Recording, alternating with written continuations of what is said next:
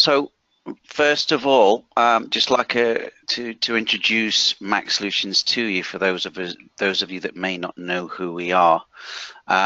We're the creators of the ProcessVue alarm management suite of software, which, according to a recent ARC study, is the most popular independent alarm management software currently in use in the European power generation markets. So that's a nice achievement for us. We're quite proud of. We do offer software services and training on all aspects of alarm management, and we are based here in the UK. So on this webinar today, I have my colleague Ian Brown, who'll be taking you through most of the subject matter. Ian has almost 40 years of experience in the process industries and has accumulated knowledge across a wide range of industries and held a variety of different roles, both hardware and software based, maintenance management roles, and has been in a consultancy role now for alarm management for over 12 years. And there's myself, Jason Cook. I came from the old iMac days, worked for Matricon and Honeywell in the alarm management area, and been in that area now for the past 13 years or so, holding various different roles from technical support to site engineering, sales and marketing, and I'm now the ProcessVue product and sales manager. So with that, I will hand you over to Ian, who will guide us through the main body of this presentation. If you do have any questions, you should have an interface available to you on your screen that you can use to raise questions. Please do that throughout the presentation. We will have a question and answer session at the end, where we will look at and try and answer all your questions. Okay, Ian, over to yourself. Okay, good afternoon, everyone, and welcome to this webinar on Master Alarm Database. What type of format should you really use? I'm going to be taking you through the webinar today. Basically, what is a Master Alarm Database and what should you use? That's why you're here to find out. Okay, first of all, what is a master alarm database? If you were asked, how many alarms do you have in your system? Do you know what the purpose and cause of every alarm response is? Do you know what the operator should respond to? How should he action after receiving an alarm? Do you know all those things about your system? Could you answer? Could you really, honestly, genuinely answer? For those of you who are clever, the answer is, it's in my master alarm database. That's where everything should be stored. That's where you'll find your ideas, the answers to your questions. So what is a master alarm database? If we look in the standards, a master alarm database, as it says on the screen, is defined as an authorized list of alarms and associated attributes. So the master alarm database doesn't just contain information about the alarms, such as whether it is enabled, what the alarm limit is. It also contains associated attributes, such as the things I've just mentioned, the response to an alarm, the cause of an alarm, the consequence if you miss an alarm. All those are associated attributes that need to be recorded within your master alarm database. So it's not just a simple question of, yes, I have an alarm and this is its limit and this is its setting. In addition, the EMUA guidelines, as well as having an authorized list of rationalized alarms, the EMUA guidelines suggest you should have some tools to be able to audit your alarm database and compare it against the actual values you have on your live system. It does say on there, that's a quote from EMUA on the screen, that there should be an optional addition to automatically reset unauthorized changes. Personally, I don't like another system automatically changing things for me. I would prefer to do that manually, but the EMUA guidelines suggest it is an option. So a master alarm database is a complete list of everything you need to know about your alarms, including information not contained in your control system. So when is your master alarm database relevant? When do you need it? When is it worth having? Okay, if we look at the alarm management lifecycle on the right-hand side of the screen, which is given in the standards and guidelines, we have a master alarm database to the left of it. We can see that your master alarm database is relevant in every phase throughout the whole life cycle of your alarm system. From your philosophy, you need to define what you're going to put in your master alarm database, what kind of tool you're going to use. You're going to put all your alarms in there. You're going to rationalize your alarms using your master alarm database. In your operation and maintenance phase, phases F and G at the bottom of the life cycle there, you're going to be making changes to your master alarm database as alarm limits change, as new equipment is added. All those kind of things are going to happen right throughout the life cycle. When you audit your system, even during audit as part of your management of change, your master alarm database is key. So it's not just something you need for 5 minutes. It's not just something you can prepare and forget. It's something that's going to be with you for the whole of your alarm system's life. It's a dynamic document. It's something that will change throughout the system's life. If you add alarms, you change alarm settings, your process changes, wells deplete and alarm limits need to change, then you need to update your master alarm database. It shall be a controlled document. So people shouldn't be able to just change things because they want to. You need to have authorized people to monitor and edit your master alarm database. And if you're in a continuous process, your master alarm database should be available 24 hours a day, 365 days a year. For batch people, if you're only working part of the day or part of the week, then you don't need it continuously available, but you do need it available while your operators and your staff are working. Okay, so continuous people, you want that to be available 24 hours a day. So your master alarm database is something that you need to have all the time. It's typically something that you would create as soon as you've generated your alarm philosophy. You're going to want to start creating your master alarm database because now you know the kind of fields you're going to put in there, the kind of parameters you're going to store. That's one of the first things you do. And as you can see from this typical alarm improvement process that we would advise you to follow during our training course, this is the kind of process we would advise you. You can see your master alarm database is created as soon as your alarm philosophy is generated, and it just continues on. The arrow to the right just says master alarm database in use all the time. So where does my data come from? We want to create a master alarm database. How do I get my data? Principally, the basis of your master alarm database is going to be your DCS, PLC, SCADA configuration files. Because those are the files, that's the data where you'll identify your tags, your descriptions, whether an alarm is enabled or not, what alarm limit it is, whether you have dead bands, etc.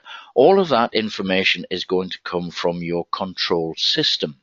So a dump of your control system is the basis for your master alarm database. However, don't forget the additional parameters that we mentioned a couple of slides ago. We also need to document things such as the purpose of the alarm, the consequence if you miss the alarm, the operator response to the alarm. We also need to record things such as the class of the alarm. Is your alarm, does it have a safety impact or environmental impact? What about a financial or reputational security impact? These kind of extra additional parameters, they're not going to be available in your control system dump. They're very unlikely to be able to be downloaded from that. So these are also things you need in your master alarm database. So a lot more than just your configuration. So you're going to get your information from several sources. So if you download your information and you have all your extra fields and extra parameters there, what kind of functionality should your master alarm database provide? Okay, you need to be able to import and export files. Perhaps your control system will export files in more than one spreadsheet or CSV file. I've come across a system recently that downloaded 5 different files, all to generate the same information. You're going to document attributes not available in your system, such as your cause of the alarm, consequence of the alarm. So you're going to have import, export. You're going to want a tool to compare your database with your live system. This is the optional functionality that the EMEA guidelines suggested. So you can take your authorized list of rationalized alarms, that's what your master database is, you're going to compare that with your live system. Your master alarm database should provide you with a tool to be able to do that easily. You need to also have a prioritization tool, because when you rationalize alarms, one of your rationalization exercises will be to determine the priority of your alarm in your master alarm database. So there should be a tool which takes into account the consequence or risk that you have if should you miss the alarm and the time to respond. So you want a prioritization tool. Your database tool should give you the option to be able to bulk copy and edit tags. That's really, really important. If you have, for example, 3 gas trains, you rationalize alarm on 1 gas train and you spend 2 weeks doing that. You don't want to spend 2 weeks rationalizing alarms on train 2 and then 2 weeks on train 3. You want to be able to copy those tags. You want to be able to bulk copy those things. You should be able to create an alarm response manual. You've typed all your information, all your extra parameters, your purpose of your alarm. You've typed all these things into your master alarm database. You need to be able to get the things out, your information out. Your master alarm database should also provide you with an audit trail of all of the activities and change history. You need to keep that history. Who reviewed this alarm? Who approved it? When was that done? What were the previous settings? And all of this should integrate with your management of change process. So your master alarm database needs to be quite a significant tool. Okay, so there are lots of things your master alarm database should provide you with. Is there a recommended format? What's the best format? And that's one of the major questions we're here to answer today. If we look in the standard ISA 18.2 in the 2016 release, there is a note in clause 3161. The note tells you the alarm database, the list can be in many forms and not only in the form of a database. Okay, so would we use a text document? Would we use a text document to document 12,000 tags, 15,000 alarms? Not really. We need to have some kind of electronic, what we will call a database, such as a spreadsheet, such as a proper database like SQL. So it can be anything. The standards tell you there's no sensible format you can use. Okay, fantastic, you say. It can be any format. We have a guy in the company, or lady, of course, who is brilliant with spreadsheets. He has told us he can create our master alarm database from the data that we have in an afternoon, and that's job done. Many people say, have you got an alarm database? Absolutely. Look, here's our spreadsheet. So that's not so much of a problem then, is it really? But I have a question for you. When is a database not a database? Okay, the answer I would give you is when it's a spreadsheet. Spreadsheets were developed to help with repetitive calculations, data analysis. They were built for accountants, really, to do number crunching. Great at producing pretty charts, pivot tables, data analysis, columns of all sorts of things, but they're not really designed to store huge amounts of data and textual information. And this is what your master alarm database really needs to be doing. It really needs to have all these functionalities of copy and paste, bulk copy and paste to continue all sorts of things. That's what your master alarm database needs to be doing. a spreadsheet doesn't really cut the mustard when it comes to that kind of requirement. So for me, a database is not a spreadsheet. So why would people use a spreadsheet? Because they have someone in the company who says he knows everything about them and he can do this very quickly and very simply. And it's the easiest method. But just consider how much data do you have to manage. Here's a system I've worked with previously. I was given a spreadsheet. There were 260 parameters in that spreadsheet and 15,000 tags. That meant there were a total of nearly 4 million cells I had to manage, to fill in, to scroll back and forwards, up and down. And you've got alarm review parameters in there as well, such as cause of the alarm, consequence of the alarm, and you need those parameters for each alarm state: high, medium, low. Consider also another system I've worked on, where every point type within the system is exported as a separate tab on a worksheet. And then here we have a picture on the screen where we have AIN, DGAP, PID, PIDE. All of these point types have alarms. How are you actually going to manage the data? How are you going to identify if the same alarm exists on any of those tabs?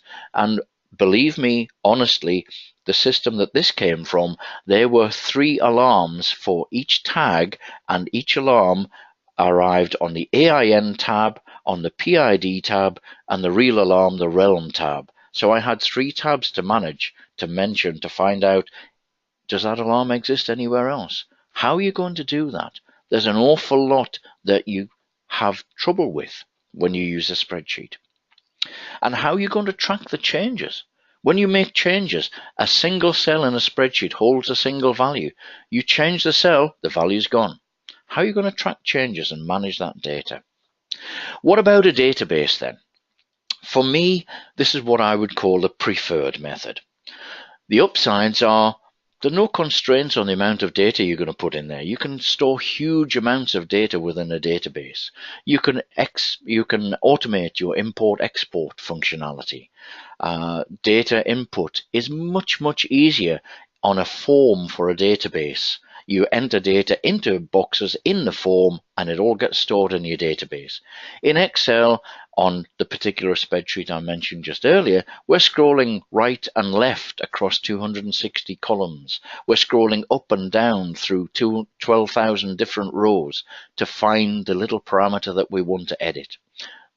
Less easy in a spreadsheet, much more easy in a database. And of course, you can implement an audit trail to track every change. Downsides on a database, you may need IT assistance to set up your database. If it's an internal database that someone can create for you, what about they change department, they leave, they change jobs, your system changes, you have different requirements.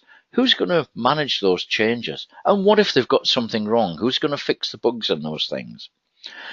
The downside is people are more usually comfortable with spreadsheets and resistant to change. Therefore, they will use a spreadsheet because they know how to do that. So that's one of the downsides. Ideally, you should consider the use of third-party tools, such as, for example, Mac Solutions ProcessVue Guardian Master Alarm Database. Because these databases, they're designed and managed by companies, and there's a continual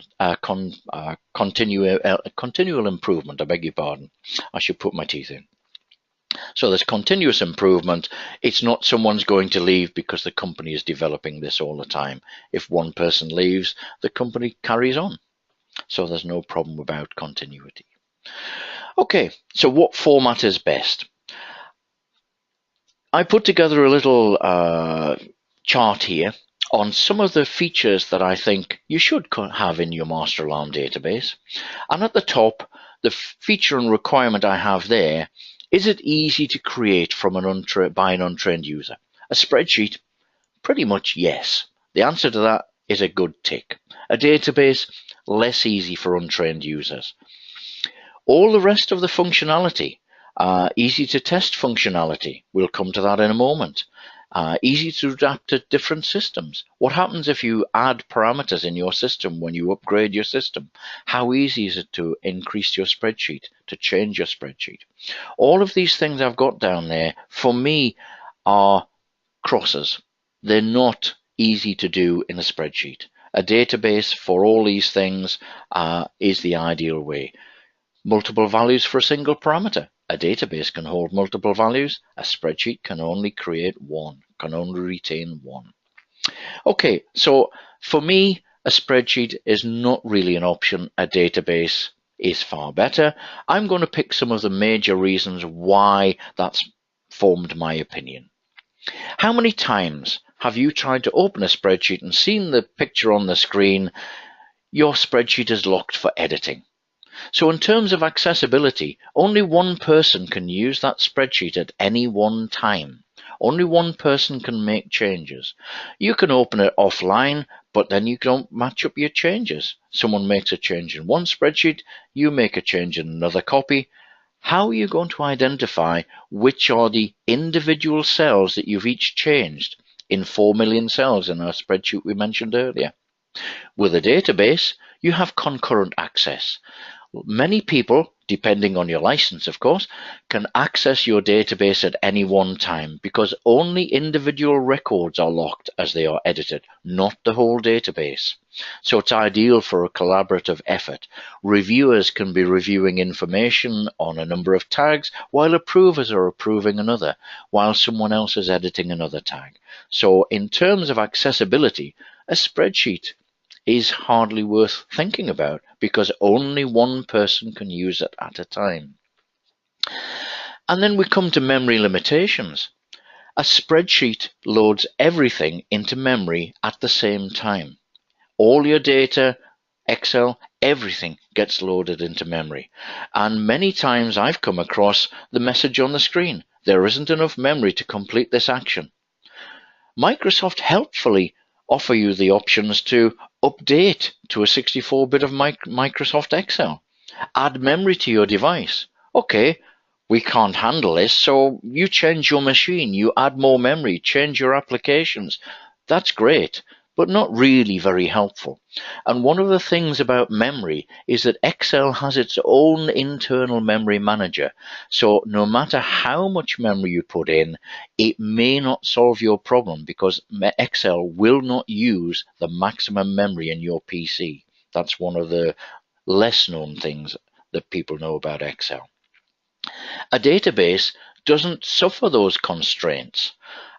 You load a single record at a time. If you have a 10 gigabyte database and only 4 gigabytes of memory in your laptop, a database will still work. It doesn't load the 10 gigabytes into memory. It loads a single record. So it's not so much of a problem. And speaking of memory, how does Excel remember things?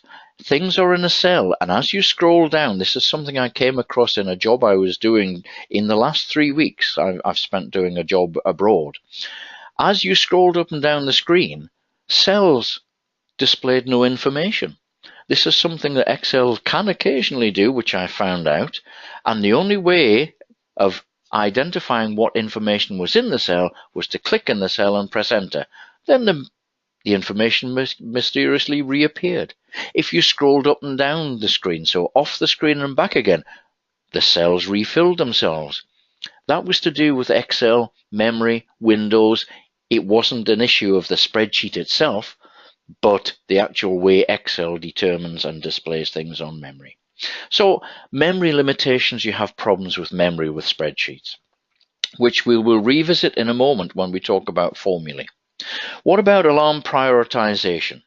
Okay, you can calculate. You're going to need to, for every alarm, for every tag and every alarm state, you're going to need to calculate the priority of an alarm. Okay, you can look, you can have a chart on the wall and say, my consequence is high, my time to respond is less than 10 minutes, that equals a low priority alarm. You can put 3 in the box. Some people will automate this by having columns with consequence and time to respond in your spreadsheet, which you should have because you need to document these things, and use drop-down lists and a calculation. But remember, for every drop-down list and calculation you have to have that drop-down list and calculation for every alarm state. For an analog tag, you'll have high, high, high, low, low, low, maybe over range, maybe under range, rate of change. Every one of those alarm states needs those two drop-down boxes and the calculation. Okay, that has a huge impact on performance and rapidly increases the size of your spreadsheet, which will take you back to your memory limitations, because you have 10,000 tags, you have 8 columns of calculations, 8 columns of calculations. You've got 8 times 12,000, 80, 106,000 calculations. That increases the amount of loading on your system, and every one of those calculations you need to validate, because have you copied from cell to cell correctly? Have you got any static calculations that don't copy correctly? You're going to need to check every one of those calculations. Tens of thousands of calculations. Are they all correct? With a database, you have one calculation, and as you bring your record into memory, you use the single calculation. So you only have to validate that calculation, that priority calculation, once. With a spreadsheet, you're going to have to check and make sure that those tens of thousands of calculations are correct. So that's another downside of a spreadsheet and an upside of a database. Okay, what about copying data? I mentioned earlier your database should give you bulk edit, bulk copy. Again, here is a spreadsheet that I used. I didn't use the spreadsheet. I actually imported it into our Guardian database. But the beginnings of the data that I were given were in a spreadsheet. In my spreadsheet, I want to copy from tag name 1 to tag name 2 to 5. The fields I want to copy are G, R, S, A, F, and AH. That's great. In Excel, or spreadsheet, Lotus 1, 2, 3 maybe, you're going to have to do 4 different copies, because I must copy the data in column G first, then R and S, then AF, then AH. I can't simply select from G to AH and paste downwards, because if we note at least one of the columns, X, we have different values for every tag. So I can't select a whole row and paste down. I have to do it in individual chunks. And I have done this before on using spreadsheets. Copied, pasted, copied, pasted, copied, pasted, checked my data at the end of the day and found, why is all this stuff missing? Why are these tags not copied? I'm sure we did these tags. The reason, somebody else had filtered the spreadsheet and saved the spreadsheet in a filtered format, and I didn't notice. Okay, that was bad of me, but I didn't notice, and all that work, I had to redo it again once I took the filter off. I spent a long night in a hotel doing that to get ready for the following day. So filtering, copying, you've got to do multiple copies. Now, if we take that spreadsheet, now that it's imported into a database, in my database, my Guardian database, taking the same fields, I simply tick the alarmed state, the alarm type, the off label, the on label. I tick the individual parameters that I want and click copy. Copy goes, it goes to the tags I've selected, and all the fields are copied, nothing is overwritten in between. It's so simple with a database, as long as your application is written correctly. With a spreadsheet, there's a huge potential for error. Okay, what about alarm system audit? If you remember on one of the first slides, the EMUA guidelines suggested you need a tool to audit your system and compare your values between your live system and your master alarm database. How are you going to do that in a spreadsheet? Especially if your spreadsheet that you dump from your control system comes in a number of tabs. You've got 6, 10, 15 different tabs on your spreadsheet. You now have a second spreadsheet with 6, 10, 15 tabs, or even a spreadsheet with just one tab. It doesn't matter. How are you going to compare those two spreadsheets for every single cell? Because you're going to potentially be looking at 4 million cells as a minimum for a reasonably medium-sized system. How are you going to compare those 4 million cells from one spreadsheet to another? How are you going to do that? In a database, it's so easy. Here's a screenshot from our Guardian tool. I click a button in the middle of the screen. There's a little text box there, compare selected tags. I have the option in this box here of comparing against my authorized list, my deployed values, or comparing the current values against the latest submitted list. I may actually be working on revising some alarms. Do I want to compare against those values? I have the option, I have the choice, and I click the button that says compare.